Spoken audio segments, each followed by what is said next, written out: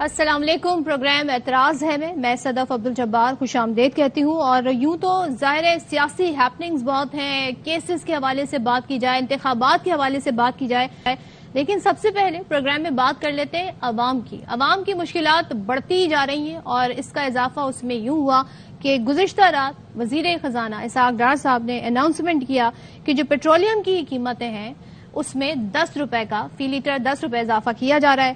اب جی عید سر پر کھڑی ہے، مہنگائی آلریڈی بہت ہے، ایسے میں اب یہ غریب کا کیا ہوگا. بہرحال اسی حکومت کی بات کریں گے جب یہ اپوزیشن میں تھے، جب یہ حکومت میں نہیں تھے اور یہ آنا تھے حکومت میں، تو یہ کیا کہا کرتے تھے، ذرا وہ سن لیتے ہیں.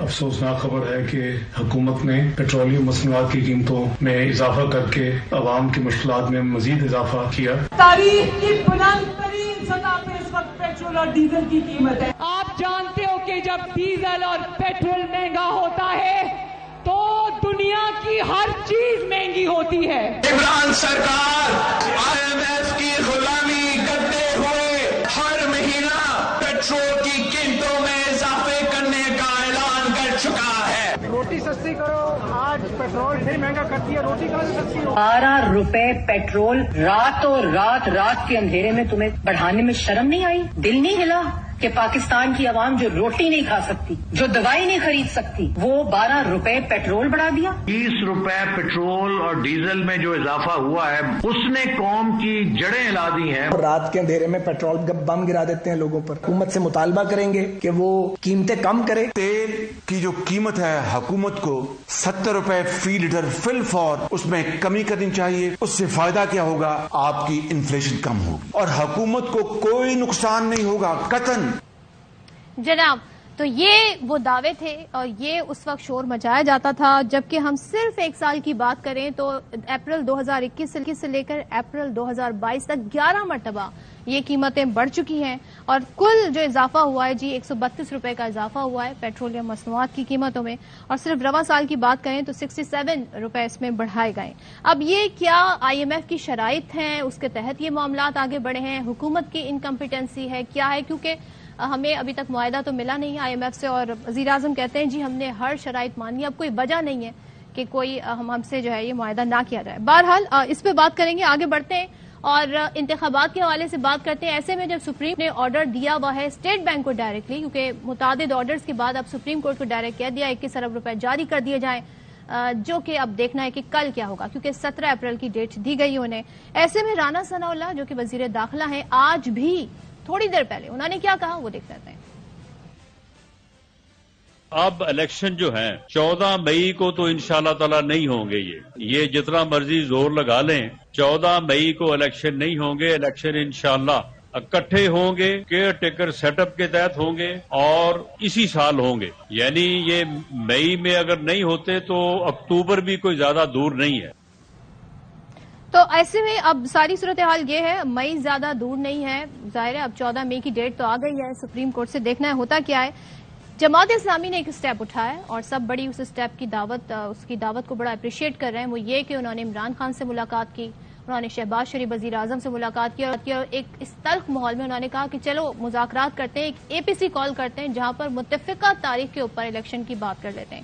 دونوں جانب سے حامی تو بھری گئی ہے، لیکن کیا جماعت اسلامی نے از خود یہ تمام تر معاملہ اپنے ہاتھ میں لیا ہے، یا یہاں پر ہم دیکھ رہے ہیں کہ کچھ جماعتیں اتفاق کریں گی نہیں کریں گی، کیا ہوگا اس پر بات کریں گے. اور ساتھ ہی ہم یہ دیکھ رہے ہیں کہ آج فواد چودھری نے پریس کانفرنس کی اور انہوں نے مولانا فضل کی پریس کانفرنس پر رد عمل دیتے ہوئے یہ کہا کہ مولانا نے بتایا تھا کہ جب وہ دھرنا دے رہے تھے تو ان سے کچھ وعدے کیے گئے تھے اور وہ وعدے یہ تھے کہ عمران خان سے استعفیٰ لے لیا جائے گا اور الیکشن کرا دیے جائیں گے. اس پر انہوں نے اپنا دھرنا ملتوی کر دیا تھا. فواد چودھری کہتے ہیں جی اس پر کمیشن بننا چاہیے. ساتھ ہی وہ یہ کہتے ہیں کہ ہم چاہیں گے کہ صدر صاحب انٹروین کریں اور تمام تر معاملات کو دیکھیں کہ کیوں نگراں سیٹ اپ جو ہے وہ اپنے 3 مہینے کے بعد جو ہے مدت آگے بڑھا سکے گا. کیسے ایسا ہو سکتا ہے؟ کیونکہ 22-23 اپریل بتائی جا رہی ہے یہ جو پنجاب اور KP کے نگراں سیٹ اپ ہیں ان کی آس پاس انہی ڈیٹوں میں مدت ختم ہو رہی ہے. تو ان تمام تر معاملات پر وہ چاہتے ہیں کہ صدر صاحب کو وہ خط لکھنے کا ارادہ رکھتے ہیں. پروگرام میں انٹروڈکشن تو کافی طویل ہو گیا کیونکہ معاملات ہی اتنے سارے ہیں. گیسٹ کی طرف بڑھتے ہیں. ملکہ بخاری ہمیں جوائن کریں گے، رہنما تحریک انصاف کی رہنما اطہر قاسمی صاحب، سینئر تجزیہ کار، سینئر صحافی ہمارے ساتھ ہیں، ڈاکٹر خاقان نجیب صاحب ماہر معاشیات ہمارے ساتھ ہیں، اور ہمیں جوائن کریں گے Hasan Raza Pasha, chairman executive committee Pakistan bar council. سب سے پہلے آپ سب کی اجازت سے ذرا معاشی معاملہ ہے وہ بات کر لیتے ہیں ڈاکٹر خاقان نجیب صاحب سے۔ سر بتائیے گا، یہ جو اضافہ ہوا گزشتہ رات یہ ناگزیر تھا، یہ IMF کی شرائط پر ہوا ہے، اس فیصلے پر کیا کہیے گا، یہ کیوں ہوا ہے؟ Sadaf always good to be with you. دیکھیں، ایک تو سمجھنا یہ ہے کہ پاکستان اس وقت جہاں پہ کھڑا ہے اس میں IMF سے دور ہونا اس کا ایک ایسا نتیجہ ہے جو کہ پاکستان کے لیے اچھا نہیں ہے۔ اس سے میرا مطلب یہ ہے کہ نومبر میں اگر ہمارا یہ ریویو کمپلیٹ ہو جاتا تو آپ کو ڈالرز آ جاتے، روپے پہ اگر پریشر کم ہو جاتا تو یہ اضافہ جو ابھی ہوا ہے یہ شاید آپ کو نہ کرنا پڑتا۔ اٹ از اے ہائپوتھیٹیکل، یہ میں اس لیے رکھ رہا ہوں کہ بہت زیادہ IMF کی بات ہوتی ہے اور ایسا پکچر پینٹ کی جاتی ہے کہ شاید IMF از دا کلپریٹ ہیئر۔ پاکستان کو IMF نے یہ کہا ہے کہ جو قیمت آپ کو پیٹرول کی پڑتی ہے اس کو پاس آن کیجئے۔ ایک اس پہ ضرور ایک PDL 50 روپے کا لگا ہوا ہے، وہ اس لیے ہے کہ ہم ڈائریکٹ ٹیکسیشن نہیں کر پاتے۔ اس وقت جو روپے کی قدر کی ویکنس ہے، جس کی بڑی وجہ IMF پروگرام سے بار بار پاکستان کا انحراف کرنا ہے، یہ پروگرام کووڈ کے بعد ہم نے کنسسٹنٹلی، جب ہم اس میں گئے VONC میں بھی گئے تو آپ کو معلوم ہے کہ پیٹرول سبسڈی تھی تب بھی پروگرام آف دا ہوک تھا، اب پچھلے 5 ماہ سے پھر ہم کوشش کریں پروگرام آف دا ہوک ہے۔ یہ اس وقت ہم کر نہیں سکتے، اور میں آسان لوگوں کو یہ کہتا ہوں، بنگلہ دیش 35 ارب ڈالر کے ذخائر IMF کے پاس، سری لنکا جب کر گیا ڈیفالٹ تب گیا IMF کے پاس۔ آپ تو کووڈ کے بعد IMF میں تھے، آپ کو یوز کرنا ہے IMF کو، اس کے علاوہ کوئی چارہ نہیں ہے۔ ڈالرز آئیں گے، روپیہ مستحکم ہوگا، جو اس وقت کی انفلیشنری ٹرینڈ ہے، جو سپلائی سائیڈ کنسٹرینٹس ہیں وہ تھوڑے سے ریموو ہوں گے تو شاید آپ تھوڑا سا استحکام قیمتوں میں دیکھ پائیں گے۔ ٹھیک ہے، لیکن سر عوام پہ کیا اثر آئے گا، کیونکہ آلریڈی اتنی مہنگائی ہے، تاریخ کی بلند ترین سطح پر اس وقت مہنگائی ہے، اب مزید کتنی مہنگائی ہو جائے گی؟ دیکھیں نا، اس وقت میرا خیال ہے کہ مہنگائی کی وجہ جو ہے وہ ہم ایک تو یہ آپ کے سامنے رکھی، ایک یہ ہے کہ انرجی پرائسز کی بہت بڑی ایڈجسٹمنٹ ہوئی ہے، اور حکومت کے لیے بھی مشکل تھا، اس لیے مشکل تھا کہ آف کورس آخری چند ماہ کی حکومت تھی، بہت بڑی ایڈجسٹمنٹس آ رہی تھیں، 170 ارب کے ٹیکسز لگے۔ آئی تھنک یہ سسٹم سے پاس تھرو ہو گیا ہے۔ پاکستان اگر 35% ہیڈ لائن انفلیشن پہ ہے اور 47% فوڈ انفلیشن پہ ہے، اس سے بہت آگے شاید نہیں جائے گا، ایئر آن ایئر اگلے 3-4 ماہ پر اسی طرح گزریں گے۔ I think the worst of the height is over, but یہ کہنا کہ یہ قیمتیں بڑھنا تھم جائیں گی ایسا نہیں ہوگا۔ اسی لیے میں نے بارہا کہا ہے کہ IMF ہو جائے گا، ڈالرز آ جائیں گے، سپلائی سائڈ تھوڑی سی بہتر ہو جائے گی۔ حکومت کو 2-3 کام کرنے ہیں، ایک تو یہ ہے کہ انہوں نے اپنے یہ جو سپلائی سائڈ ہے، ویٹ کی کمی ہوئی، آٹے کی شارٹ فال ہوئی، قیمت بڑھ گئی، آپ کو انشور کرنا ہے اس وقت یہ سپلائی سائڈ چیلنج جو ہے وہ بہتر اکنامک مینجمنٹ سے میٹ ہو رہا ہو۔ دوسرا، انکم سپورٹ میں جتنے پیسے بھی ڈال سکتے ہیں ضرور ڈالیے سو دیٹ آپ مستحقین تک پہنچ سکیں۔ پر تیسری چیز لوگوں نے خود کرنی ہے۔ صدف، یہ دنیا بھر کا فینومینا ہے، میں بارہا لوگوں کو کہتا ہوں کہ اگر 4 کمروں میں جلاتے ہیں بجلی 3 میں جلائیے، اگر AC چلاتے ہیں اس سے مت کریے، اگر آپ سویٹر پہن کے سردیوں میں گزارا کر سکتے ہیں، اپنا طرز عمل بدلیں گے تو اس مشکل وقت سے نکلیں گے۔ And of course in the medium term اتنی مقدار میں بجلی بھی تو ہونا، اور گیس کی لوڈ شیڈنگ سے تو سبھی اس وقت نبرد آزما ہے۔ ذرا آگے بڑھتی ہوں، اطہر آپ کو شامل کرتی ہوں، یہ بتائیں ساری قربانیاں اگر عوام نے دینی ہے تو حکومت کیا کرے، اور جو دعوے تھے ان کے، آج آپ ان دعووں کو اور اقدامات ہیں ان کو کس طرح ان کا تجزیہ کریں گے؟ دیکھیں، یہ جو ابھی معیشت کے حوالے سے یہاں پہ فیکٹس اینڈ فگرز پیش کیے گئے، اسی قسم کی صورتحال ہے۔ کوئی بھی شخص اس وقت بازار میں جاتا ہے تو اس کو پتہ چل جاتا ہے کہ کیا حالات ہیں۔ فوڈ انفلیشن کا ذکر ہوا کہ 47% پہ اس وقت آپ کی کھانے پینے کی جو اشیاء ہے ان میں انفلیشن ہے، فوڈ انفلیشن۔ لیکن اس ساری صورتحال کے اندر حکومت کا طرز عمل کیا ہے؟ اگر آپ اس کی طرف دیکھیں، وہ آج آزاد کشمیر کو سیاسی طور پہ فتح کرنے کے لیے وہ فکر مند ہیں۔ وہ وہاں پہ حکومت جو گری ہے، حکومت کس طرح گرانی ہے، نیا وزیر اعظم کس طرح لے کے آنا ہے، PTI کو کس طرح توڑنا ہے، وہ اس میں مصروف ہیں۔ تو جو حکومتی ترجیحات ہیں نا، وہ ہمارے لیے باعث پریشانی ہے۔ باقی دیکھیں، قوموں کی زندگیوں میں اتار چڑھاؤ آتا رہتا ہے، انٹرنیشنلی بھی ایک ایسا اس وقت پیریڈ چل رہا ہے کہ جہاں پہ عالمی سطح کے اوپر بھی مہنگائی ہے، لیکن اس حکومت کا طرز عمل کیا ہے؟ یہ ملک کے اندر انتخابات نہیں کروانا چاہتے، آئین کو انہوں نے ایک سائڈ پہ رکھا ہوا ہے، آزاد کشمیر کے اندر جو یہ کر رہے ہیں وہ آپ کے سامنے ہے، دوسری طرف جو سیاسی مخالفین کے ساتھ ہو رہا ہے، کل علی زیدی صاحب کو کس طرح اٹھایا گیا، سیاسی ورکرز غائب ہو رہے ہیں، صحافیوں کے ساتھ جو ہو رہا ہے، تو یہ پریشانی کی چیز ہے کہ کیا حکومت کی یہ ترجیح ہے کہ یہ مسائل حل کرنے ہیں یا پھر انہوں نے اپنی سیاسی فتوحات کا سلسلہ جاری رکھنا ہے؟ تو یہ چیز ہے جو زیادہ پریشان کر رہی ہے عوام کو پریشان کریں۔ حسن رضا پاشا صاحب سے ظاہر ہے آپ سے میں لیگل حوالے سے بھی بات کروں گی صورتحال پہ، لیکن آپ اس پہ کامنٹ کرنا چاہیں گے؟ یہ جو مشکل فیصلے لینے پڑ رہے ہیں لیکن بوجھ تو عوام اٹھا رہے ہیں، اس کے برعکس ہم نے خود ہی دکھا دیا کہ 1 سال پہلے زیادہ پرانی بات نہیں ہے، یہی حکومت دعوے کر رہی تھی، کوئی روڈ میپ اب نظر نہیں آ رہا۔ Would you like to comment? جی دیکھیں، ہم مسلمانوں کا ایک بہت بڑا المیہ ہے کہ ہم نے ہمیشہ اپنے شاندار ماضی پہ فخر کیا ہے۔ ابھی جو عمران خان صاحب بات کر رہے ہیں پی ٹی آئی کے، جی ہم سے پہلے ہمارے دور میں یہ ریٹ تھا ڈالر کا، یہ مہنگائی کا تھا، اور اب جو ہے وہ یہ ہو گیا۔ اور جو موجودہ حکومت ہے وہ اپنے دور کی بات نہیں کر رہی، وہ اس سے پہلے دور کی بات کر رہی ہے کہ جناب عمران خان کے آنے سے پہلے یہ تھا، انفلیشن اس طرح تھا، پیٹرول کا ریٹ یہ تھا، سونے کا ریٹ یہ تھا۔ بات یہ ہے کہ کیا کسی حکومت نے بھی عملی طور پر غریب عوام کے لیے کوئی قدم اٹھایا؟ کیا اس ملک میں انہوں نے کوئی ایسا انفراسٹرکچر بلڈ کیا کہ جس سے اس ملک کے عوام کو روزگار ملے، مہنگائی سے نجات ملے، یا کوئی ایسا کام کر دیا ہو کہ جس سے یہ پتہ چلے کہ اس میں ساری جو قوم ہے وہ اس میں شامل ہو گئی ہے؟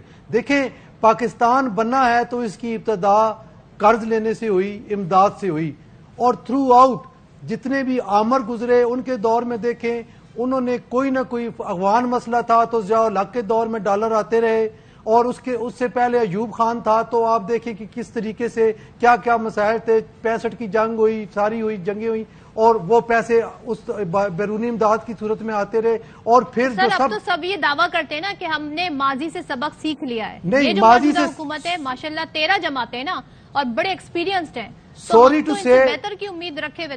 سوری ٹو سے کسی نے بھی ماضی سے سبق نہیں سیکھا صدف۔ ابھی آپ دیکھ لیں، کل اگر عمران خان کی حکومت آتی ہے، اللہ تعالیٰ آپ کی زندگی کرے، آپ بھی دیکھ لیں گی کہ مجھے نہیں لگ رہا کہ ماہ سوائے بیرونی امداد یا آئی ایم ایف کے آپ اپنے ملک کو اپنے طور پر آگے لے جائیں۔ اور یہ کوئی اس اپنے آپ کو بچانے کے لیے اور سنبھلنے کے لیے، قوم بنانے کے لیے، ملک بنانے کے لیے بیرونی امداد پہ انحصار جب تک ختم نہیں ہوگا آپ نہیں آگے چل سکتے۔ صحیح، بالکل آپ کا پوائنٹ آ گیا۔ ڈاکٹر خاقان نجیب صاحب سے ذرا بتائیے گا، بیرونی مارکیٹس میں تو اس وقت کروڈ آئل کے پرائس کم ہیں، تو کیا وجہ ہے کہ وہ یہاں پاس آن نہیں ہوتے، جبکہ جب پیسے جو ہیں وہاں بڑھتے ہیں تو ریزن یہی دی جاتی ہے کہ دیکھیں عالمی مارکیٹ میں پیسے بڑھ گئے، اب تو کم ہے۔ تو دیکھیں ایک تو بہت بڑا امپیکٹ جو ہے نا وہ روپی کی جو ڈی ویلیویشن ہے وہ اس کا آ رہا ہے، اور یہ جو ابھی اوگرا نے 301 روپے کے قریب شاید پیٹرول کی قیمت فکس کی تھی، وہ بھی اسی وجہ سے ہے کہ روپی کی ڈی ویلیویشن کا امپیکٹ ہے۔ پھر کچھ پرانے میرا خیال ہے کہ ایسی پرائز پاس تھروز ہیں جو نہیں ہوئے تھے، وہ سب کر کے اگر آپ دیکھیں تو اس وجہ سے یہ پرائز پاس تھرو کرنا پڑا۔ پر بات صدق یہ ہے کہ آپ کو یہ دیکھنا ہے کہ آپ کا economic management plan even in the short run کیا ہے۔ اگر آپ کا economic management plan in the short run I am if he ہے، جو کہ میں سمجھتا ہوں کہ اس کے علاوہ کوئی نہیں ہے، تو اس کو ڈیلے نہ کرنا آپ کے لیے بہت اچھا تھا۔ بٹ ہم نے even in the short run اس کو جو نہیں کر پائے، اور جو ہم اس میں بہت سی کباہتیں آتی رہیں، اور پھر ہم دوستوں سے بھی وہ پیسے حاصل نہ کر پائے جس کی کمٹمنٹ تھی۔ اب ہم چلیں وہاں کھڑے ہو گئے ہیں کہ جہاں فرینڈز ویب سائٹ کے وہ یہ پیسے دے دیں گے، اس کے علاوہ کچھ ملٹی لیٹرلز کے پیسے ہیں جو ہم نے پورے کرنے ہیں، وہ $6 ارب اگر پورے ہو جائیں۔ میں ہمیشہ کہتا ہوں کہ جب بھی کوئی ملک بیلنس آف پیمنٹس کے چیلنج میں آ جائے، اندرونی فسکل ڈیفیسٹ، اور یہ بات دونوں دوستوں نے 2 باتیں کی، اسی سے بلڈ کرتے ہیں۔ دیکھیں آپ نے کیا اپنا خسارہ کم کر دیا؟ آپ حیران ہوں گی کہ ہم نے سال شروع کیا تو ہم نے کہا کہ ہم اپنا مالیاتی خسارہ کریں گے 4.7% کے قریب۔ IMF کا جو ریسنٹ ویو آیا ہے، اور پاکستان کے ہم نے بھی جو دیکھا ہے ایز اکانومسٹ، 6.8% پہ یہ چلا جائے گا، یعنی کہ حکومت کے جو خرچے ہیں وہ بڑھے ہیں, حکومت کے جو ایکسپینڈیچرز ہیں وہ بڑھے ہیں, اور جو ڈائریکٹ ریسورس موبلائزیشن ہے وہ اتنی نہیں ہو سکی. ہم اس سال یعنی کہ تقریباً 5800 بلین روپیز کا خسارہ کریں گے. یہ پیسے آپ بورو کریں گے, اور جب آپ یہ پیسے بورو کریں گے تو ڈیٹ پڑے گا. اب دوسری بات بہت اچھی کی کہ آپ کا کیا پلان ہے. صدر میں ہمیشہ کہتا ہوں کہ اس وقت صرف ایک پلان ان ووگ ہے, وہ ہے MEFP, memorandum of economic and financial policies, جو IMF نے دیا. Where is your plan of privatisation? کوئی روک رہا ہے؟ کوئی نہیں روک رہا. آپ کے 2 RLNG پلانٹ ہیں. میں خود حکومت میں مطلب آلموسٹ ہر حکومت کو ایڈوائز کرتا رہا ہوں کہ ان کو بیچ دیجئے, پر ہم نہیں بیچ پائے. کیا ہمیں کوئی روک رہا ہے کہ ہم اپنے انرجی سیکٹر کی بلیڈنگ کو ٹھیک نہ کریں, ہم اچھے CEOs نہ لگائیں, ہم اچھے بورڈ نہ اپوائنٹ کریں؟ کوئی نہیں روک رہا. کوئی ہمیں روک رہا ہے کہ ہم اپنی پیداواری صلاحیت بہتر نہ کریں؟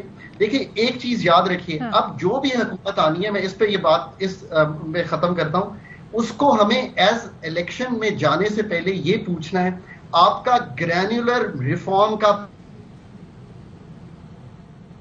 پلان کیا ہے. اسے میرا پرائیویٹائزیشن بتائیے کون سے سارے بیچنے. جب تک ایسا نہیں ہوگا ٹائم لائن سے, پاکستان اس بھنور سے نکل نہیں پائے گا.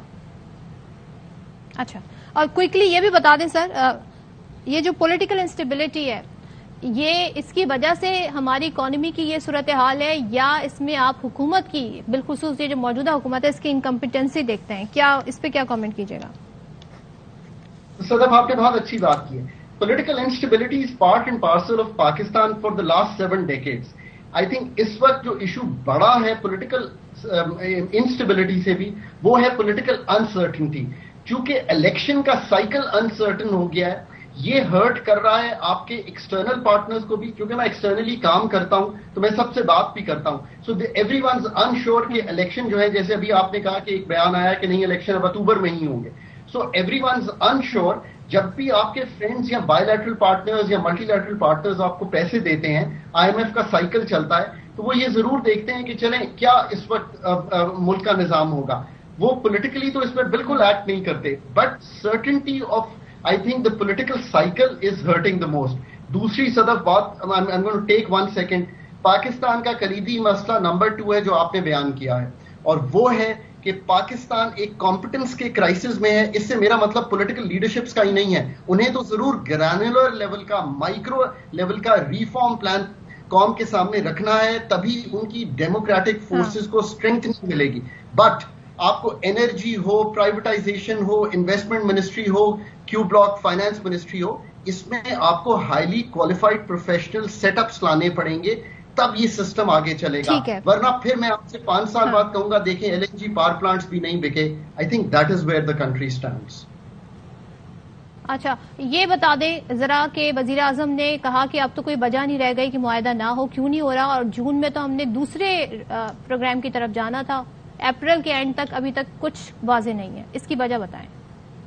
تو سر ایک تو یہ کہ پلان پہلے کلیئر کر رہے ہیں, یہ کیا ہے, پاکستان یہ IMF کا پروگرام کمپلیٹ کرے, پاکستان ایک بجٹ دے جو کہ ایک رسپانسبل, فسکلی رسپانسبل, یعنی کہ اپنا بجٹ کا خسارہ کم کرتے ہوئے وہ بجٹ ہو, اور ایک نئے IMF پروگرام کی تیاری کرے, اور اپنے ڈیٹ کی ری پروفائلنگ کرے. صرف یہ 4 کام ہیں جو پاکستان نے اگلے 4 ماہ میں کرنے ہیں.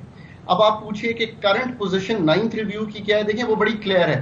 IMF کا نا ایک طرز عمل بدل گیا ہے. اس نے سری لنکا کو بھی یہی کہا, کوئی آپ کے ساتھ ٹریٹمنٹ اسپیشل نہیں ہے. سری لنکا کو اس نے کہا آپ اپنا پورا debt restructuring plan, financing plan سامنے رکھیے, تو ہم تب سٹاف لیول ایگریمنٹ کریں گے. اس کی وجہ صدف یہ ہے کہ دنیا میں کساد بازاری کی وجہ سے ایمرجنگ مارکیٹس کی رسائی ڈالروں پہ کم ہے, پاکستان کی بھی کم ہے. اب $3 ارب ایک سارٹ آؤٹ ہونے ہیں, اس میں کچھ ورلڈ بینک ہیں, کچھ چائنیز ہیں. 2 چیزیں اور Sadaf before you and with me. ایک یہ ہے کہ پیٹرول سبسڈی پہ ان کو کہنا ہے ہم نے کہ ہم یہ نہیں کر رہے, یا یہ صرف کراس سبسڈی ہے, یا کیا ہو رہا ہے. آئی تھنک دیٹ سیٹسفیکشن. اور جو بات آپ نے کی 21 ارب ہم نے دینے ہیں, الیکشن سائیکل کرنا ہے, بالکل درست بات ہے. وہ پیسے صدف کہیں سے پیدا ہونے ہیں یا کہیں سے کٹ ہونے ہیں, یعنی کہ PSDP کٹ ہونا ہے. ہمیں IMF کو صرف انٹیمیٹ کرنا پڑے گا کہ ہم یہ کر رہے ہیں 21 ارب کو فراہم کرنے کے لیے. یہ 3 چیزیں ہو جائیں گی تو ہم فنڈ کے ساتھ موو کر سکتے ہیں. چلیں ٹھیک ہے، thank you so much doctor Shahid Khaqan Najeeb sahab ہمارے ساتھ، اطہر کاظمی حسن رضا پاشا صاحب بھی موجود رہیں گے، اور پروگرام میں آپ بریک لیتی ہوں. بریک کے بعد جی مذاکرات کی یہ جو ایک ہمیں کیا کہنا چاہیے ایک بتایا گیا ہے کہ یہ ہو سکتے ہیں، جماعتیں آپس میں بیٹھ سکتی ہیں، خاص طور پہ نون لیگ اور پی ٹی آئی، کیسے پاسبل ہوگا اس پر بات کریں گے بریک کے بعد. Welcome back once again. Athar آپ کی طرف آتی ہوں. جماعت اسلامی میدان میں ہے اور انہوں نے یہ تک کہہ دیا ہے کہ عید کے بعد آل پارٹیز کانفرنس بلائیں گے، اور ساتھ ہی عمران خان شہباز شریف سے ملاقات ہوئی. آپ کو لگتا ہے برف پگھلے گی اور سب ساتھ بیٹھ کے متفق ہو جائیں گے؟ جی پگھلنی چاہیے. یہ ساری وہ سیاسی جماعتیں جنہوں نے اسی ملک میں سیاست کرنی ہے. ابھی ہو سکتا ہے کوئی ایک پاپولر ہو، دوسری کم پاپولر ہو، لیکن یہ وہ لوگ ہیں جنہوں نے آنے والے کئی دہائیوں تک ان جماعتوں نے ادھر الیکشنز لڑنے ہیں، اس ملک کا نظام چلانا ہے. اگر یہ ایک دوسرے سے بات کرنے کے لیے تیار نہیں ہوں گے تو پھر کس طرح ہم نظام کو آگے چلائیں گے؟ باقی بات یہ ہے کہ اس ساری جو گیم ہو رہی ہے، جو سیاسی گیم ہے، اس میں جو سب سے امپورٹنٹ فریق ہوتا ہے وہ عوام ہوتے ہیں.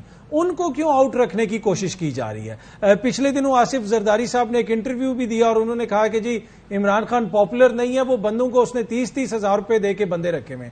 بھائی آپ بھی 25-25 ہزار دے کے رکھ لیں. اب یہ انہوں نے بات کیوں کی؟ اس لیے کہ پاکستان کے اندر جو سیاست ہے وہ بند کمروں سے باہر ہی نہیں جا رہی ہے. ہمارے ذہن ہی بند ہو گئے. ہم یہ چاہ رہے ہیں کہ جی 4 سیاستدان بیٹھے ہیں، اس میں خان صاحب بھی ہوں، اس میں میاں صاحب بھی ہوں، محترم آصف زرداری صاحب بھی ہوں، اور یہ معاملات حل کر لیں. لیکن عوام کی سٹیک کدھر ہے؟ اب جو آئین ہمیں حق دیتا ہے، آئین جو رائٹ دیتا ہے، 50 سال سے ایک سیٹلڈ پرنسپل ہے کہ عوام کی اس میں شرکت ہوگی، عوام کا ووٹ ہوگا، عوام کی منشا ہوگی، اس کے اوپر کوئی بھی نہیں آتا. تو یہ ایشو ہے بنیادی طور پہ. یہ ضرور بیٹھیں، ضرور بات کریں، لیکن جب تک اس ملک میں آئین کے مطابق انتخابات وقت پہ نہیں ہوں گے یہ ساری چیزیں کارآمد ثابت نہیں ہو سکتی. اچھا، اور اطہر آپ کے خیال میں یہ جماعت اسلامی کی اپنی ایک انڈیویجول کیپیسٹی میں کوشش ہے یا جو ملک کے سٹیک ہولڈر ہیں بڑے ان کی بھی حمایت حاصل ہے؟ یہ ملک کے بڑے سٹیک کون؟ حسن رضا پاشا صاحب کا کہہ رہی ہیں؟ آپ کس کی بات کر رہی ہیں؟ مجھے تو سمجھ نہیں آئی ہے. دیکھیں جو بڑے سٹیک ہولڈر ہوتے ہیں، دیکھیں وہ تو ہیں ہی ہیں، بڑے سٹیک ہولڈر ہیں، لیکن یہ سیاستدانوں کا ٹائم ہے نا، اب ان کو بھی بڑا ہونے کی ضرورت ہے. یہ بڑے بڑے لیڈر ہیں، ان کو کروڑوں ووٹ پڑتے ہیں، جس بھی جماعت سے ہیں، پیپلز پارٹی والے ہیں، نون لیگ والے ہیں، پی ٹی آئی والے ہیں، جماعت اسلامی والے ہیں. ہم سب جو ہے پوری قوم ان کی طرف دیکھ رہی ہے کہ آپ لوگ بڑے ہیں، آپ لوگ بڑے پن کا مظاہرہ کریں، بڑے جو گولز سامنے رکھیں اور پاکستان کو اس بڑے بحران سے باہر نکالیں. اچھا حسن رضا پاشا صاحب ذرا بتائیے، یہ جو بات ہو رہی ہے مذاکرات کی، آپ کو لگتا ہے کہ اس سے کچھ ہم امید رکھیں؟ اور ویسے پہلے یہ بتا دیں، آپ کے خیال میں 14 مئی کو الیکشن ہو رہا ہے کہ نہیں ہو رہا ہے؟ ابھی تھوڑی دیر پہلے آپ نے جناب فیڈرل منسٹر انٹیریئر کا کلپ سنایا تھا، تو انہوں نے تو لاؤڈ اینڈ کلیئر کہا کہ 14 مئی کو الیکشن نہیں ہو رہے. اور آپ دیکھیں کہ کل ایک ان کیمرہ سیشن ہوا قومی اسمبلی کا، اور اس میں طاقت کے سرچشمے وہاں گئے تھے، اور وہاں پہ جو آرمی چیف صاحب نے ایک بات کی تھی جو کہ پی ٹی آئی نے فوری طور پہ اس کو سراہا تو صحیح، اور اس کے بعد جب انہوں نے غور کیا تو پھر انہوں نے اس کا ذکر تک نہیں کیا. اور وہ یہ بات تھی کہ آرمی چیف صاحب نے یہ فرمایا کہ ہم عوام کے منتخب نمائندوں پارلیمان کے ساتھ ہیں، آئین کے ساتھ ہیں. انہوں نے بات کلیئر کر دی. انہوں نے بات کلیئر کر دی جی عوام کے منتخب نمائندے ریپرزینٹ کرتے ہیں پارلیمنٹ کو، یہی آئین پاکستان ہے جی، اور یہی اور آئین پاکستان. سو بات یہ ہے کہ جو آپ نے کہا، مجھے ابھی تک جو یہ جو ایک نئی موو چلی ہے جس کا ہم بھی پچھلے 2 مہینے سے یہ اس بات کا بار بار مطالبہ کر رہے تھے کہ گرینڈ ڈائیلاگ ہونا چاہیے. Pakistan bar council as institution سب پارٹیز کو ہوسٹ کرتی ہے، اپنا پلیٹ فارم دیتی ہے، وہاں پہ آ کے آپ بیٹھیں اور 2 پوائنٹس ایجنڈا ہو. نمبر 1 کہ الیکشن کب اور کیسے ہونے ہیں، نمبر 2 اس ملک کی اکانومی کو سہارا کس طریقے سے دینا ہے. لیکن چلیں دیر آئے درست آئے، اگر امیر جماعت اسلامی صاحب کی اس موومنٹ میں کوئی سبسٹانس ہے اور یہ دونوں فریقین نے حامی بھر لی ہے، لیکن ایک فریق نے کوئی تھوڑی سی آدھی حامی بھری ہے جس میں انہوں نے کہا ہے کہ ٹھیک ہے میں اپنی ٹیم بھیج دوں گا. ان کو بھی ایک سٹیپ ڈاؤن آنا چاہیے. محترم عمران خان صاحب کو اس میں اگر ہوتی ہے اے پی سی اور پرائم منسٹر آ رہے ہیں, زرداری صاحب آ رہے ہیں, باقی اور پولیٹیکل پارٹیز کی لیڈرشپ آ رہی ہے, تو عمران خان صاحب کو بھی آنا چاہیے. یہ جو خول ہے اس سے نکلنا چاہیے کہ فلاں سے میں نے ہاتھ نہیں ملانا, فلاں کو میں ملنا نہیں. لائک وائز آج جو دیکھا ہے مولانا فضل الرحمان صاحب کی بات, انہوں نے بھی ایسی بات کی ہے, اس کو بھی میں کہتا ہوں کہ ان کو بھی یہ چھوڑنا چاہیے. ایک جماعت ہے JUI, مولانا فضل الرحمان کہتے ہیں عمران خان کو سسٹم سے ہی نکال دینا چاہیے. جی میں یہی عرض کر رہا ہوں, آپ نے بات ٹوک دی تھی وہ کس طرح مناسب کہ مولانا فضل الرحمان صاحب ہمارے لیے بڑے محترم ہیں. ہم ان کی ایبسنس میں اس بات کی جنگ کرتے ہیں کہ ان کے نام کیوں وہ چینج کیے گئے ہیں, کیوں تصحیح کی جاتی ہے.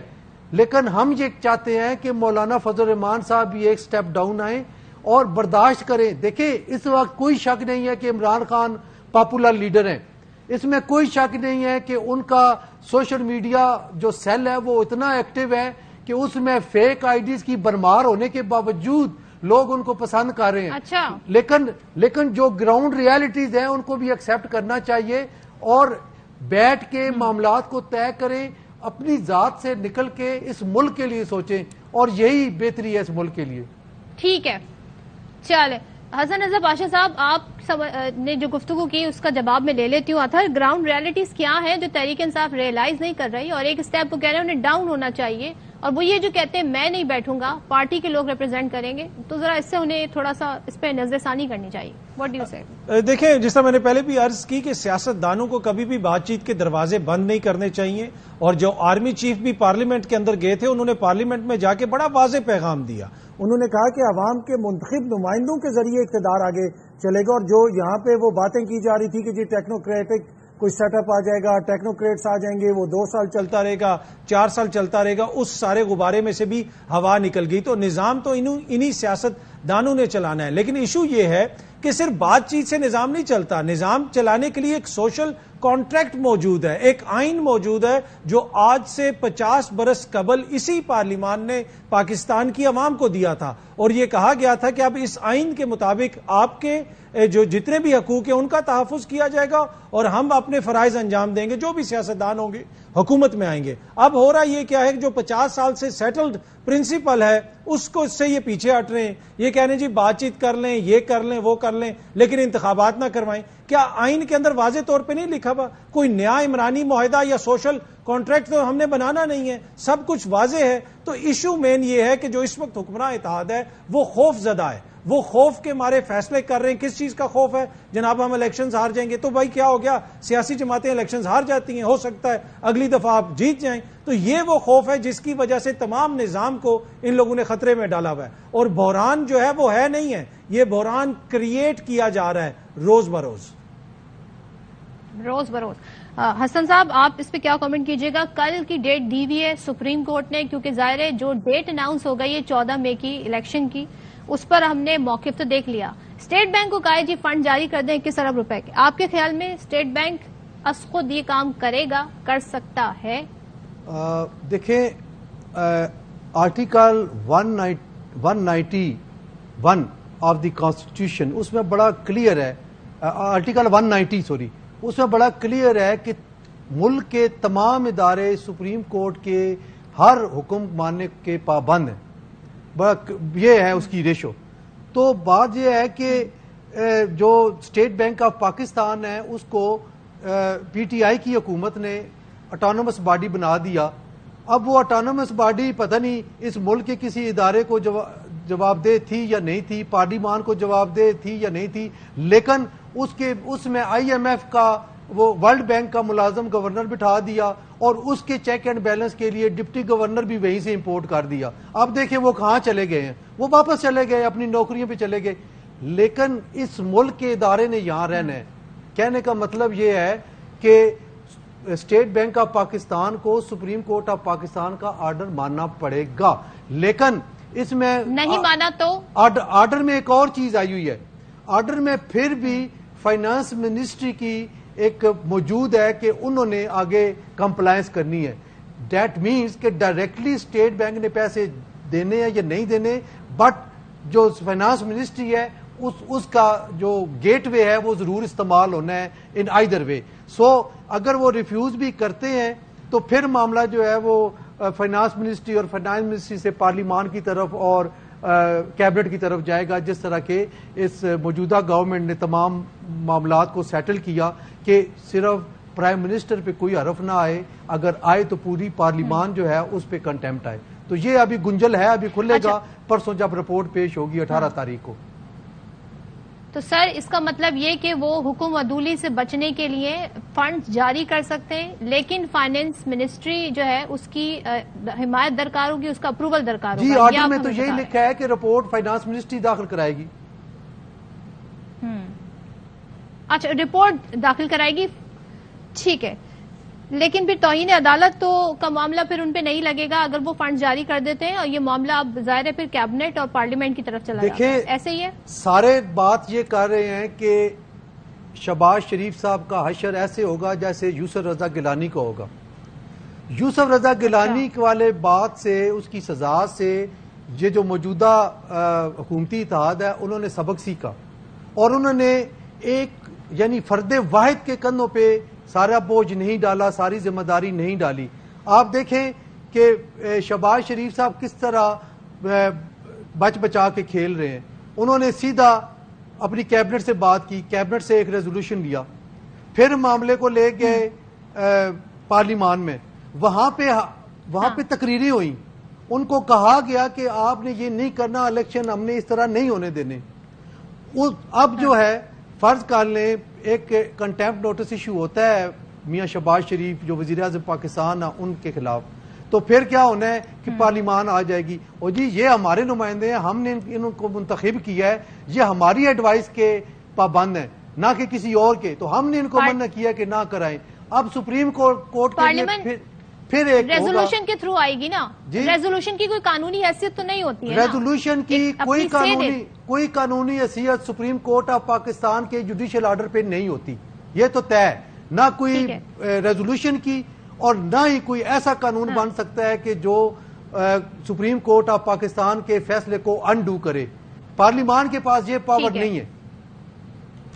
ٹھیک ہے, چلیں اطہر آپ بتائیں, اب جو ساری انہوں نے منظر نامہ کھینچا, بتایا کہ اسٹیٹ بینک فنڈ جاری کر سکتا ہے, لیکن اب رپورٹ تو جمع کرانی ہے فائنانس منسٹری نے, تو آپ کے خیال میں جو رانا ثناء اللہ کہہ رہے ہیں کہ نہیں ہوتے انتخابات 14 مئی کو, تو ان کے اس اعتماد کے پیچھے یہ وجوہات ہیں جس کا اظہار ابھی کیا حسن صاحب نے؟